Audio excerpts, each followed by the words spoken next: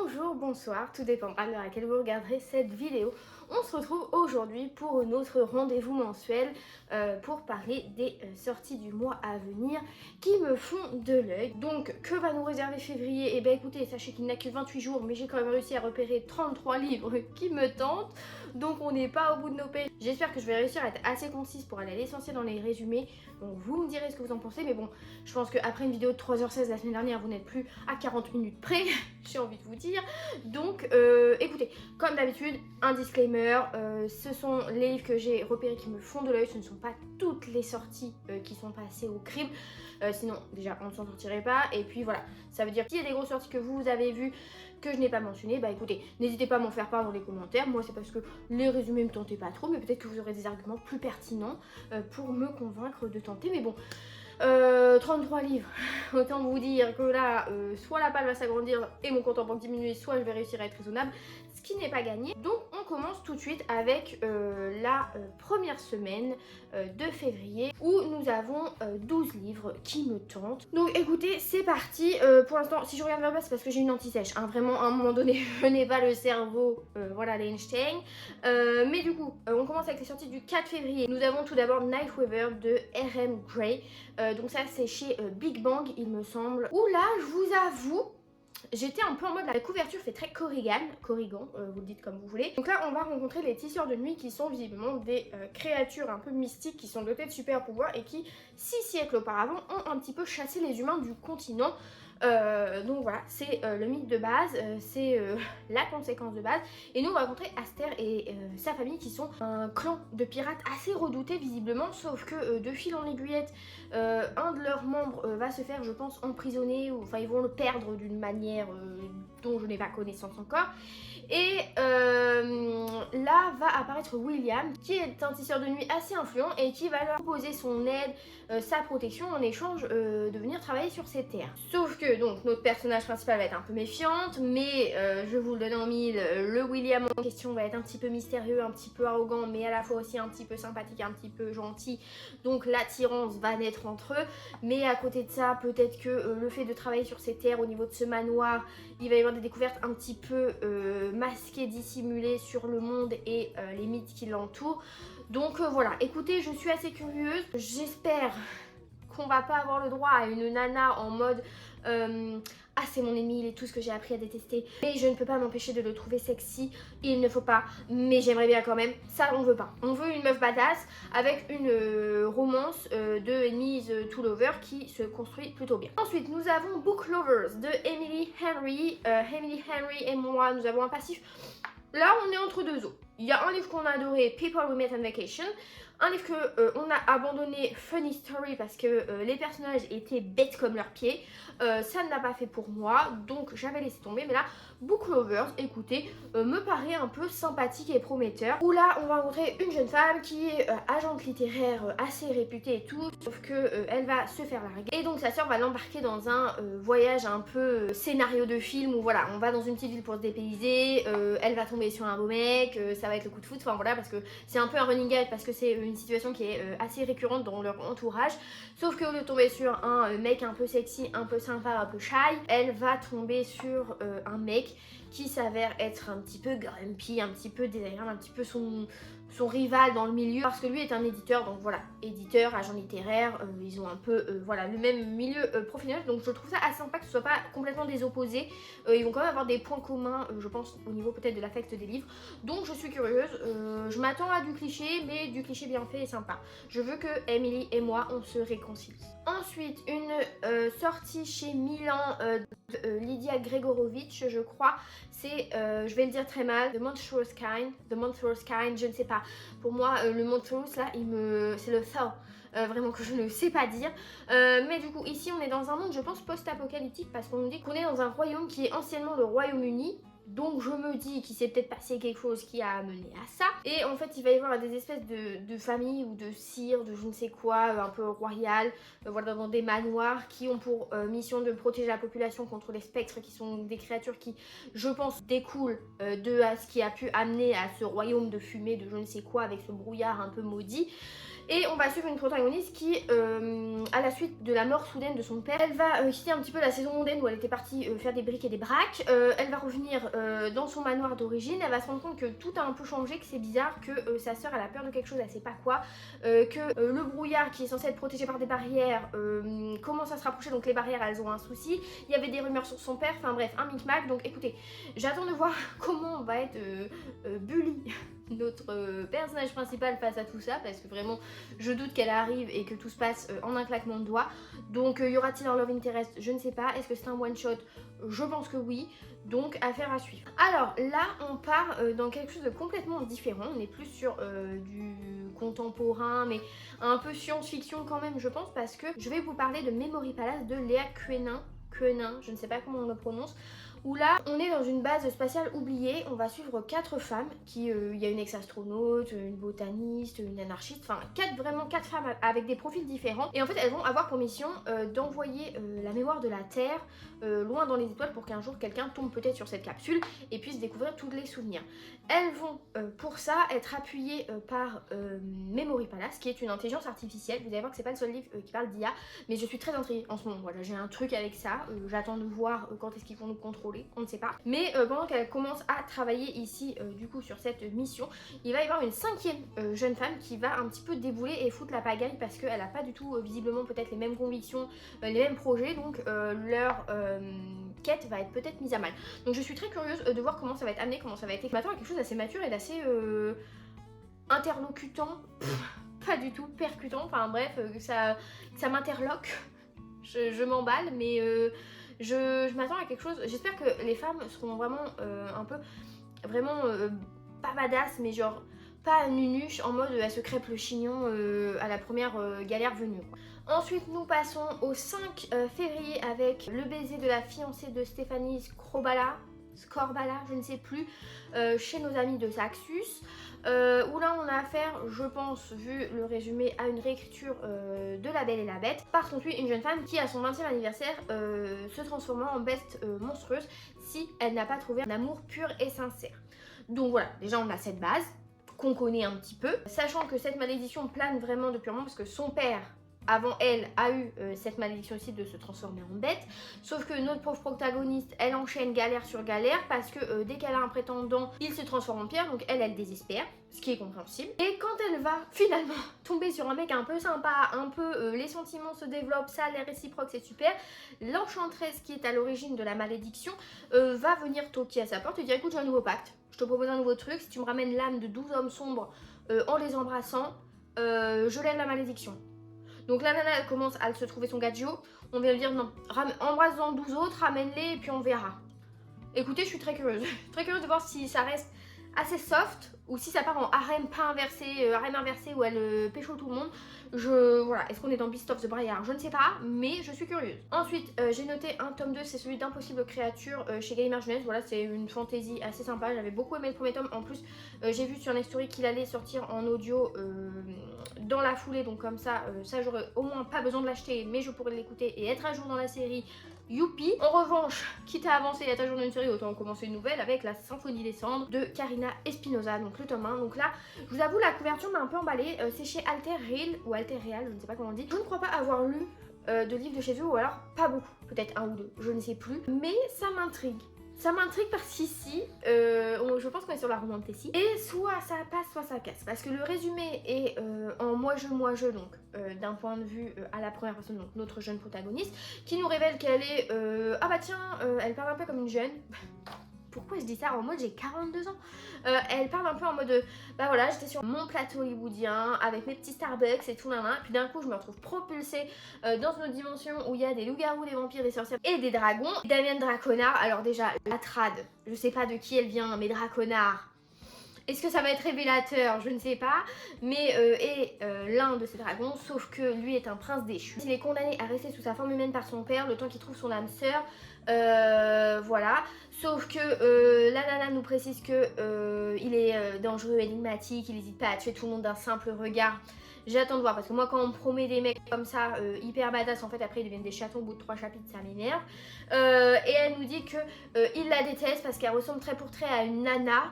Et en plus elle a pris sa place, donc est-ce qu'en fait elle est tombée dans un truc comme dans Longue vie au mal, elle prend le rôle d'un des personnages d'une histoire, je ne sais pas. La Lady machin qu'elle nous mentionne à qui elle ressemble, est-ce que c'était sa crush et en fait c'est plus elle, je sais pas. Ça a l'air d'être un peu micmac, soit c'est génial soit c'est cata, on verra. Alors celui-là je l'ai mis parce que il m'a fait penser à Journal d'une princesse, tant dans la couverture que dans son résumé. C'est les tragédies romantiques d'un drama king de Henry Travaldwyn, un truc comme ça, bref, Travendwyn, je sais plus, bref je sais qu'il y a Win à la fin. Où là on va rencontrer un jeune homme qui a pris la décision, ça y est, cette année c'est bon, il en a marre, il veut être en couple, il veut un petit ami et il va avoir un peu love interest, un peu de crush, il a sa meilleure amie qui va l'aider, sa mère, et on va le suivre un petit peu dans ses tribulations, dans sa quête du grand amour. Donc je suis curieuse, je m'attends à quelque chose d'assez drôle, ça va être chez Gallimard il me semble, donc je sais pas si c'est Gallimard ou si ça va être chez Elegy, leur nouveau label. À voir, mais écoutez, je suis très curieuse, vraiment moi un truc à la Journal d'une princesse, ce sera carrément ma cam. Ensuite Les oubliés de Greenborough, on passe sur le 6 février, là c'est de Sarah Bess 2, donc celle qui a fait la petite boutique des sortilèges ou la petite boutique aux sortilèges. Vous allez voir qu'il y a un deuxième livre d'elle qui sort dans le mois, donc je sais pas s'il y a un micmac et que j'ai pas compris, mais en tout cas ici on rencontre Elisa qui est une nana qui ne s'autorise pas à passer plus de 10 mois au même endroit. On se dirait peut-être c'est Adi Larue, heureusement que non, on espère. Ça se rappelle à quel point elle est chiante celle-là, mais elle passe pas autant de temps parce que le problème c'est que si elle reste trop longtemps, elle finit par s'enraciner et elle se change en arbre parce que voilà, il y a une espèce de malédiction visiblement qui pèse sur sa famille. Et un jour du coup elle va se retrouver à atterrir dans une petite ville qui s'appelle Greenborough, et là elle va se rendre compte que les gens ne peuvent pas trop partir de cette ville, donc elle va dire est-ce que je suis dans la merde ou pas, mais elle va aussi voir l'opportunité de peut-être trouver des réponses sur sa famille et ses origines. Donc écoutez, moi j'ai été totalement convaincue par l'autre livre de l'auteur, je vois pas pourquoi celui-là me convaincrait pas. Ensuite nous repartons sur Lia, gentille ou méchante on sait pas trop, mais je ne m'y pencherai pas sereinement, avec Intelligence criminelle de Thomas Weaver chez Verso. Donc ce livre là est chez Verso, le suivant aussi, dans deux registres totalement différents, vous allez le voir, mais j'adore. Ici on est en 2050. L'intelligence de l'humanité a mené à sa perte parce que là visiblement ça va être la cata climatique, cata à la villa, et pour un petit peu redresser la barre, la seule solution c'est de donner les pleins pouvoirs à un dirigeant, donc pour qu'il puisse un petit peu guider l'humanité dans cet apocalypse annoncé. Et pour ça on va avoir deux candidats à la présidence. Nous avons un monsieur qui est un ancien président des États-Unis qui va remettre le couvert, et face à lui nous avons Salomon qui est une intelligence artificielle. Voilà, donc ça déjà ça m'intrigue. Et pompon sur la Garonne, c'est que créatrice de l'IA va être retrouvée assassinée. Et là on a un journaliste qui va faire son entrée dans l'histoire et qui va un petit peu fouiner, mettre son nez partout et se rendre compte que peut-être tout ça n'est qu'un gros complot. Que peut-être il y a des trucs un peu sous cap. Donc je suis très curieuse, ça peut être très vite, dynamique, haletant. On peut être sur du potentiel coup de cœur si c'est très bien exécuté, je tiens à le dire. Être sur un potentiel coup de cœur avec le livre suivant, ça je suis moins convaincue parce que nous allons lire Bombasse. Je dis ça comme si j'étais sûre que j'allais lire, oui je vais le lire.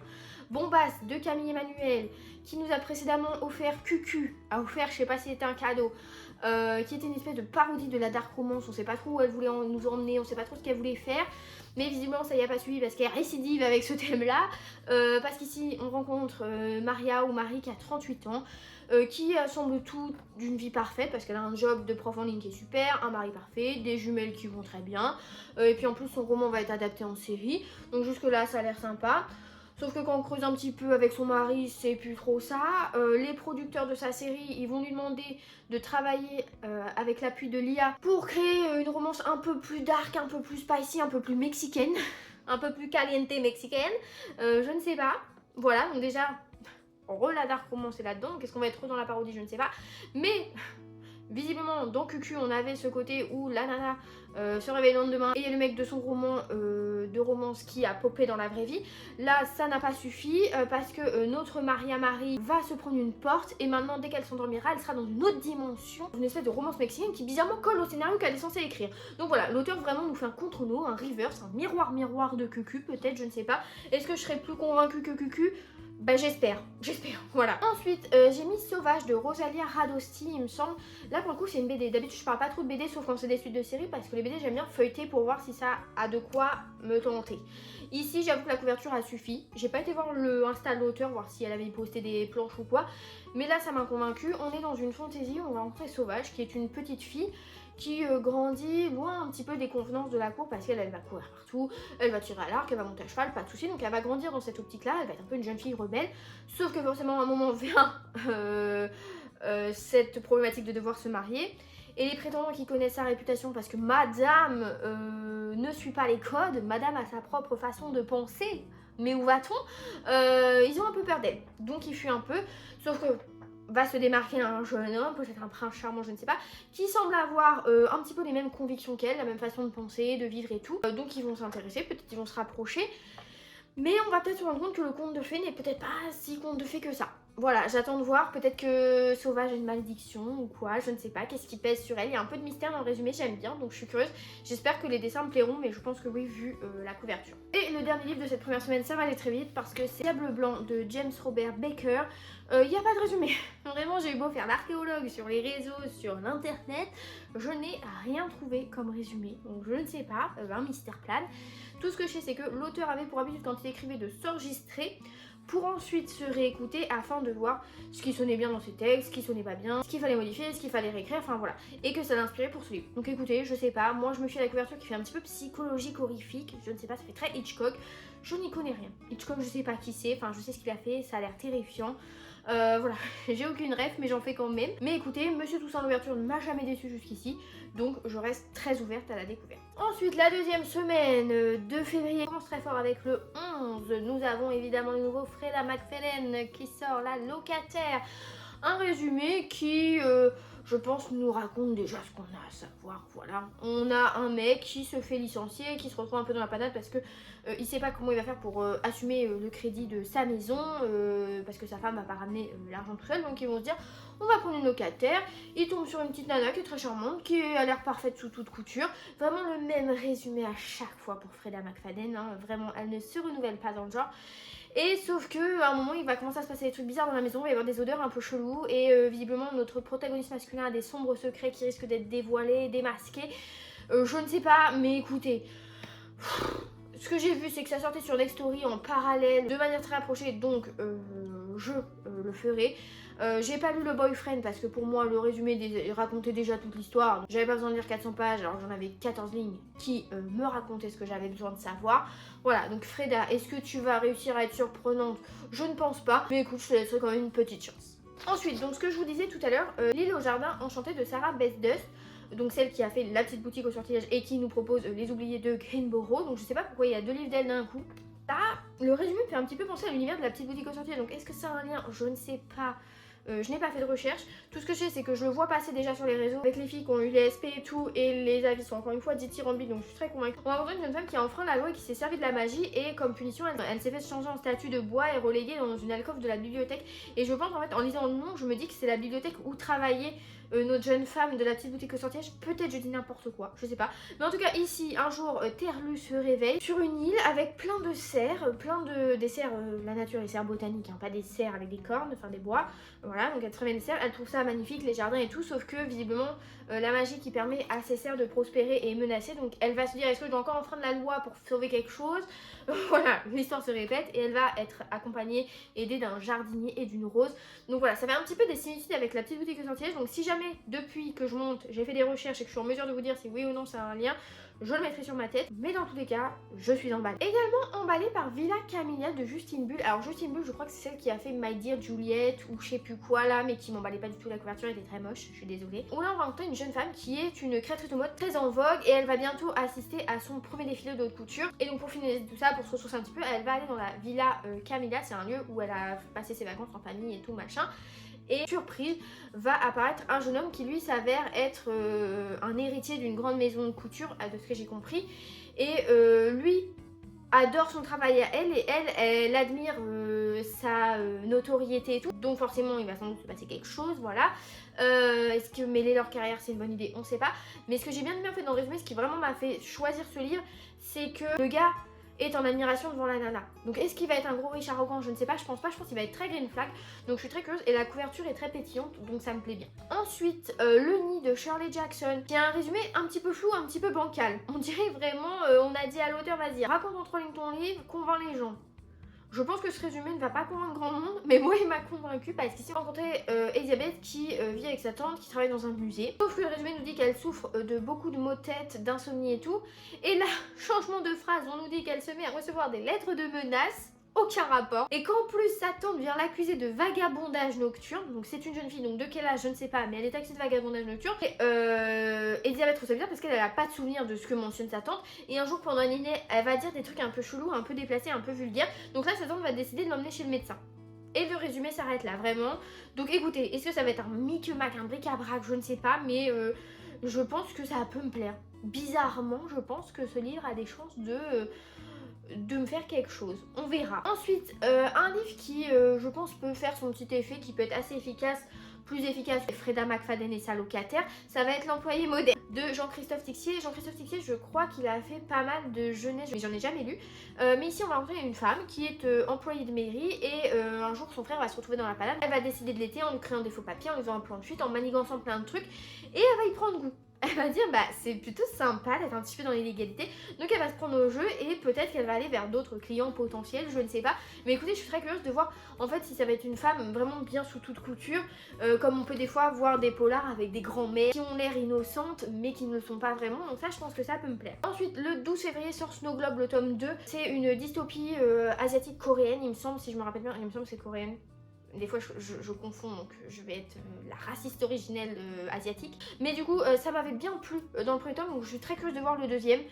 J'espère qu'il sera à la hauteur. Ensuite, alors celui-là je l'ai mis How to Change for Her de Elodie Audarnolin, donc c'est la bouquetier je crois pardon, donc c'est une nana qui est sur les réseaux. J'ai dû la voir passer, je crois pas que je la suis. Mais là, je pense qu'on est sur du Wattpad pur et dur. Hein, là, je vous avoue, je l'ai mis parce que on a un jeune homme qui est un playboy assumé, qui n'hésite pas à jouer de ses charmes pour séduire tout ce qui bouge. Et en face de lui, on a une artiste un petit peu talentueuse, un petit peu rebelle, un petit peu voilà. Sauf qu'elle a confiance en elle, mais pas du tout en les hommes. Donc ils fuient tous les deux l'amour, mais ils veulent pas se connaître, mais ils vont quand même se rapprocher. On sait pas. Je pense que ça peut être très cliché.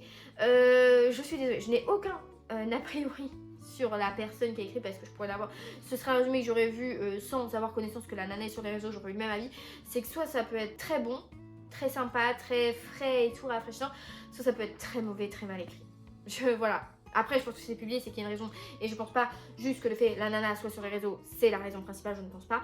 Donc voilà, je laisserai une chance, je pense. Mais sur les 33, c'est pas celui qui a la première place de mon attirance, vous voyez. En revanche, de Jenny Williamson, L'ennemi de nos rêves. Alors là, je crois que c'est chez Roncière, il me semble. Où là, je me suis dit, je veux un truc, je veux du cul. Vraiment, je veux du caliente. Parce que là, on va rencontrer une jeune femme qui est princesse de Rome, mais l'empire lui est inaccessible parce que forcément, une femme à la tête d'un empire, mais où va le monde, encore une fois hein, comme tout à l'heure avec Sauvage et les hommes qui ont peur d'une femme qui réfléchit. Donc forcément elle est condamnée juste à devenir une bonne épouse. Elle se réfugie dans le vin, dans les excès et tout, donc je me dis c'est une grosse allumeuse vraiment. Je me dis qu'elle a le lever juste facile et l'opportunité va se présenter quand un roi barbare va débarquer sur cette terre, va dire si je me sers de lui pour m'emparer du trône. Et donc ce fameux roi en face, je pense qu'on va aussi avoir son point de vue.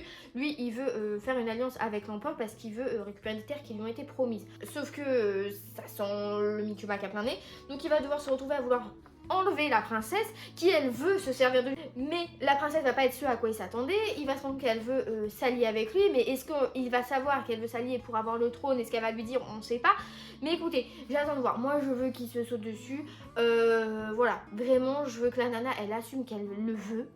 Vraiment, je veux qu'il y ait une tension pas possible.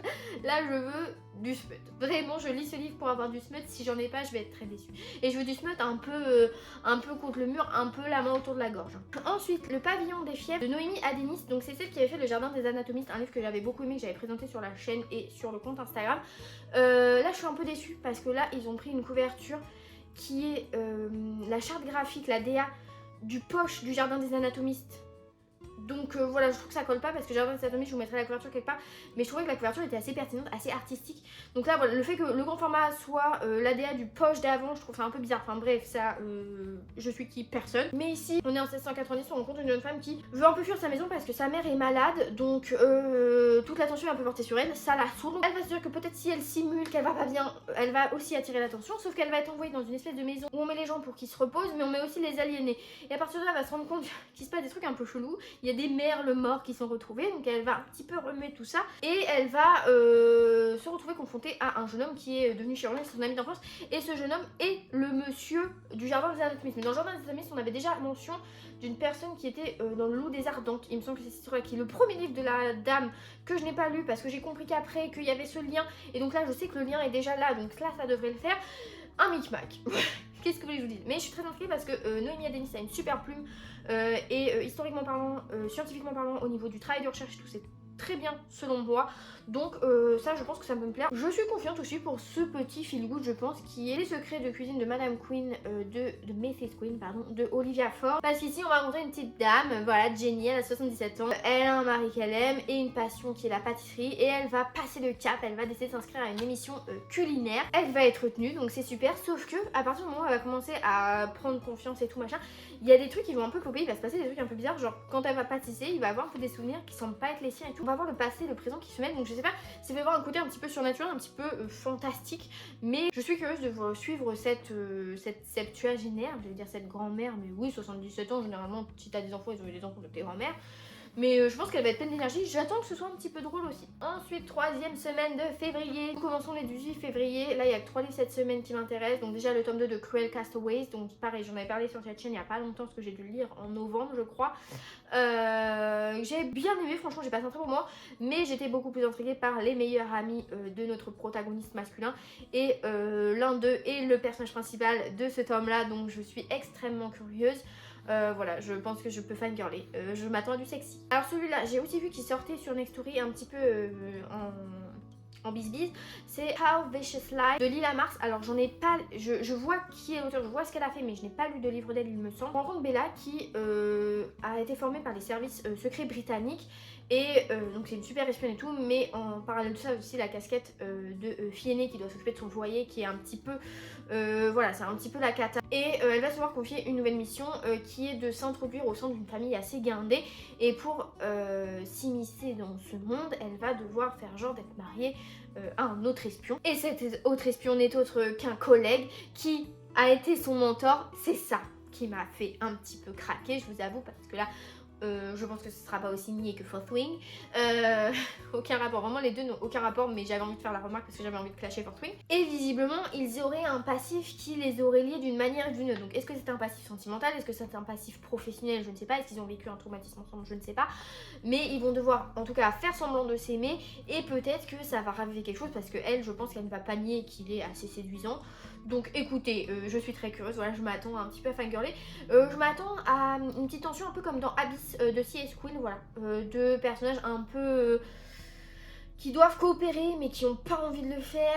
Je pense qu'il y a du potentiel. Et ensuite, sur cette troisième semaine, le dernier livre qui me plaît sort le 19 février. Et c'est Rosebridge Academy de Amira Benbenka Rekal. Je le dis peut-être très mal, pardon. Je crois que c'est chez Château d'Âme. Où là, on va rencontrer Jane, qui est élève dans cette prestigieuse académie. Et elle va tomber sur un livre ancien qui relate l'histoire d'amour qui est à l'origine de l'école entre une jeune femme qui était maltraitée par ses parents et un jeune homme qui était très fortuné, etc.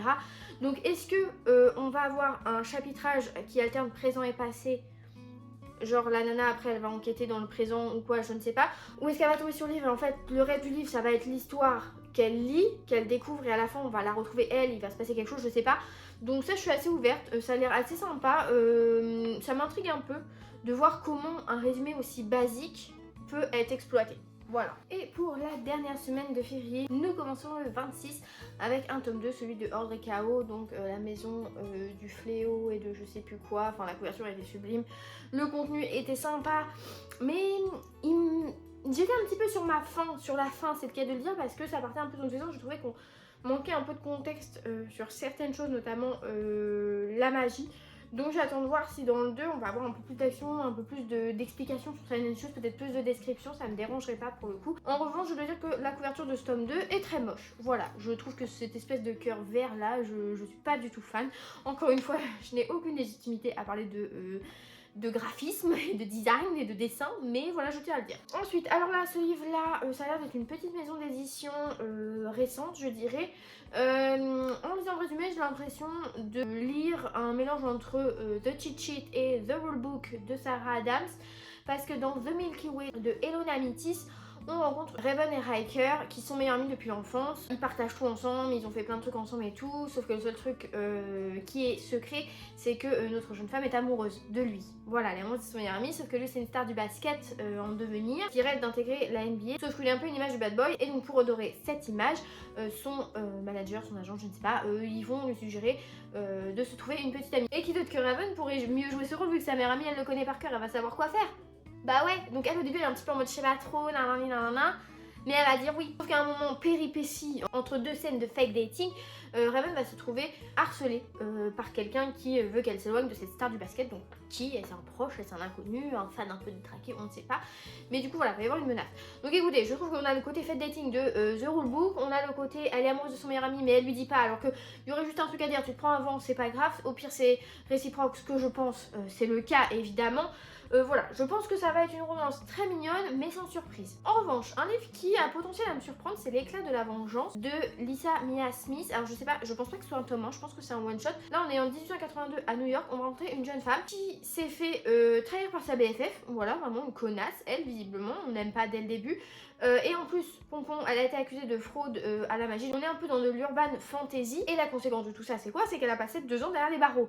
Donc je pense que la meilleure amie, elle est bien gentille, mais quand l'autre, elle va sortir de tôle, si elle sort, ça va barder. Et justement, cette occasion va se présenter sous l'apparence de Jack Fontaine. Fontaine, c'est comme Draconard tout à l'heure. Fontaine, moi je trouve que les noms de famille comme ça, t'appelles Jake Fontaine. Appelle-toi Jacques Fontaine, oui, pas Jake Fontaine. Je ne sais pas, enfin bref, lui qui est visiblement un petit peu un fils prodigue de la société avec un grand S, va lui proposer de l'aider à s'évader si en échange elle l'aide pour se venger des gens qui lui ont fait du tort à lui. Donc vraiment, on va les avoir tous les deux un petit peu revanchards, avec des rancœurs à l'égard de certaines personnes. J'aime bien le côté vengeance, on a envie de... Voilà, moi je suis désolée, quand on dit il faut pas se venger, ça, le karma fera les choses, non, des fois faut se venger. Désolée, des fois faut se venger. À un moment donné, quand tu te retrouves en prison à cause d'une connasse, faut se venger. Et il s'avère que le pouvoir de notre protagoniste féminine, donc Amy, c'est de pouvoir changer d'apparence. Donc ils vont changer tous les deux d'apparence, ils vont devenir vite les favoris, un petit peu le nouveau couple populaire, et du coup ça va les amener un petit peu à faire face à ces vengeances souhaitées. Est-ce que vraiment c'est nécessaire? Amy va se demander si elle préfère pas rester libre à défaut de se venger, de prendre le risque de retourner en prison, on sait pas. Donc écoutez, je pense que ça peut être assez profond comme texte. Je pense que ça peut être une fantaisie assez sympa, assez complexe, mais divertissante. Je pense que la romance va pas prendre forcément le pas sur l'intrigue, donc ça c'est plutôt sympa. Alors là, ce titre qui va sortir a fait ressurgir un trauma passé chez moi, on va y revenir. C'est L'épreuve de Suzy Miller, où là on va rencontrer une femme, une trentenaire, qui est une avocate pénaliste de renom, mais qui est issue de la classe populaire. Donc voilà, elle a dû faire ses armes, elle a dû, je pense, charbonner pour arriver où elle en est, ce qui est totalement légitime, pas de souci. Et qui défend, alors ça c'est la phrase qui m'a un peu fatiguée au début, qui défend sans état d'âme les hommes accusés d'agression sexuelle. Donc vraiment, coûte que coûte, peu importe ce que l'accusé a fait, elle va le défendre. Parce que c'est son métier, il n'y a pas de souci. Sauf que, un soir, elle est en date avec un collègue avec qui elle a une relation depuis peu, voilà. Est-ce que c'est une relation sérieuse ou pas? Je ne sais pas. Enfin, est-ce que c'est juste pour s'amuser? Je ne sais pas. Mais elle va être victime d'une agression sexuelle en V. Et évidemment, en tant qu'avocate pénaliste qui défend ce genre d'énergumène, elle sait qu'en tant que femme, elle a peu de chances d'avoir gain de cause. Mais quand elle va se réveiller le lendemain matin, elle va quand même décider d'aller porter plainte. Donc écoutez, je suis très curieuse de voir comment va être gérer cette thématique, en fait, ce sujet dans ce récit. Déjà, ça me rassure parce que c'est écrit par une femme. Je rappelle, et je mettrai le petit, que j'ai voulu lire un livre où une policière voulait défendre la cause des femmes battues.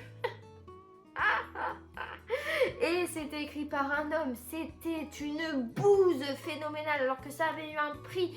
Mais je n'ai jamais lu un livre aussi problématique. Et pourtant, j'en ai lu des bouses. Hein. Je vous mettrai également dans le petit la vidéo de mes flops de 2025. Mais je me suis dit, là c'est écrit par une femme. Je me dis que elle est plus légitime dans sa position à écrire sur cette thématique. Et ce que j'ai bien aimé, c'est que dans le résumé à la fin, on nous dit que l'autrice nous propose un récit poignant sur cette thématique et qu'elle va insister sur la complexité du combat des femmes face à une justice qui a pour seul argument de dire aux victimes preuve ou fake, quoi, techniquement. Donc je suis curieuse. Franchement, ça, je pense que Ça peut être dur à lire, mais je pense que ça peut être un texte nécessaire et pertinent. Ensuite, l'avant-dernier livre, je dois vous dire pareil, là on part dans le rocambolesque total avec la famille Rosenthal de Toby Lloyd. Le résumé m'a fait penser à un livre, au genre de livre que j'ai lu en 2025 qui est La tartine beurrée. Où là c'était vraiment un récit rocambolesque où il y avait un couple qui faisait une espèce de crémaillère et le lendemain il se réveillait et le mec ça sonnait à sa porte, il recevait 10 pizzas, il savait pas pourquoi, il savait plus qui il était, de pourquoi, de comment, tout était rocambolesque, tout s'embriquait, c'était vraiment une pièce de théâtre, c'était hilarant de bêtises, c'était bien en étant nul à la fois, j'avais passé un excellent moment et le résumé là m'a fait penser exactement à ce genre de livre. Du coup à Londres, une famille, les Rosenthal, où là on a vraiment tout type de profil. On a une famille dysfonctionnelle au possible parce qu'on a la mère qui va utiliser les dernières confessions de son beau-père qui était un survivant de la Shoah pour écrire un best-seller. Déjà ça commence très mal. On a l'aîné de la famille qui va revenir d'Israël où là-bas il assumait son homosexualité au grand jour et tout. Donc je vous avoue que là, pour moi Israël et l'homosexualité ça colle pas trop ensemble, je veux pas dire. Mais avec le contexte actuel, je sais pas trop comment ça va être amené. Là, je suis un peu sur des œufs sur ce personnage. On nous dit que la cadette est fascinée par des tests talmudiques. Je ne sais pas ce que c'est. Je me renseignerai au moment de faire le montage et je vous écrirai au-dessus de moi ce que ça signifie. Parce qu'après, on nous dit que le Benjamin, qui est un rebelle, qui a rejeté la religion totalement, veut la sauver. Donc écoutez, je ne sais pas ce que sont ces textes talmudiques pour le moment, mais je pense que ça sent un peu le roussi. Donc écoutez, là je m'attends vraiment à un truc qui part dans tous les sens, mais qui soit drôle, que les personnages arrivent à être attachants tout en étant détestables. Voilà, là vraiment, puis alors cette couverture, encore une fois, il y a des tartines, donc moi qu'est-ce que je me dis, vous me dites la tartine beurrée c'était super drôle, là je me dis bah c'est la suite, c'est un spin-off. Je ne sais pas. Donc voilà, ça pareil, très curieuse. Et le dernier livre que j'ai mis, c'est Nevermind de Lydia Bradington. Ça sort chez Salambo Édition, que j'ai découverte là il y a pas longtemps parce que j'ai vu un post sur Insta. Et la façon dont ils présentaient le livre dans leur post et tout, ça m'a convaincue, voilà, parce qu'ici on va être sur quelque chose un petit peu dark, un petit peu torturé. On va rencontrer une jeune femme qui veut recommencer à zéro, donc elle débarque en Louisiane, sauf qu'elle va se rendre compte que fuir son passé c'est pas si facile, et en plus elle va rencontrer Ezra qui va être un jeune professeur qui est assez fascinant mais qui paraît insaisissable. Et donc là au début on nous dit dans le résumé qu'elle va avoir un peu peur mais qu'après elle va peut-être se laisser aller à avoir une espèce de peut-être de fascination, un trouble, je sais pas, entre eux va y avoir, ça va être silencieux. En fait, je sais pas, je m'attends à quelque chose d'assez complexe dans la relation. Vraiment, je m'attends à ce que, si c'est une romance, ce que je pense, ce soit dur, ce soit difficile, que ça soit lent. Vraiment, je veux que ce soit lent, mais dans le bon sens du terme. Voilà, si les deux ont des backgrounds compliqués, qu'on le ressente et que justement peut-être que c'est une sad end, peut-être que ce sera pas un happy end, et je vous avoue que ça me surprendrait positivement. Moi ce que j'en déduis, voilà, c'est peut-être deux âmes en perdition, deux âmes errantes, deux âmes brisées qui vont peut-être réussir à se sauver l'un l'autre, à s'épauler, peut-être juste devenir amis, on ne sait pas, peut-être qu'ils vont mettre fin à leur jour ensemble, je ne sais pas, peut-être qu'ils vont s'emmêler dans les draps, à voir. Mais écoutez, là je m'attends à quelque chose de déchirant. Voilà, je m'attends à quelque chose de poignant pour clore ce mois de février. Je viens donc de vous parler un peu plus en détail des 33 livres qui ont retenu mon attention. Sachez qu'il y en a un ou deux autres, mais c'était de l'auto-édition et selon les sites, les dates n'étaient pas précises de sortie, donc voilà, j'ai préféré ne pas les mettre. Mais écoutez, je suis assez contente parce qu'il y a un petit peu de tous les genres. Il y a pas mal de one-shot, donc ça c'est chouette parce qu'on va pas non plus se relancer dans des séries, sachant que l'objectif en 2026 est de terminer vraiment ce tableau Excel. Je veux qu'il soit tout vert et non tout orange ou tout blanc ou tout rouge. N'hésitez pas dans les commentaires à me dire vous si vous avez repéré certains des livres que j'ai mentionnés, si vous en avez repéré d'autres, parce que voilà, je ne suis pas à l'abri d'être passée à côté d'éventuelles pépites. Je vais vous souhaiter de belles lectures et je vous dis à la prochaine. Salut!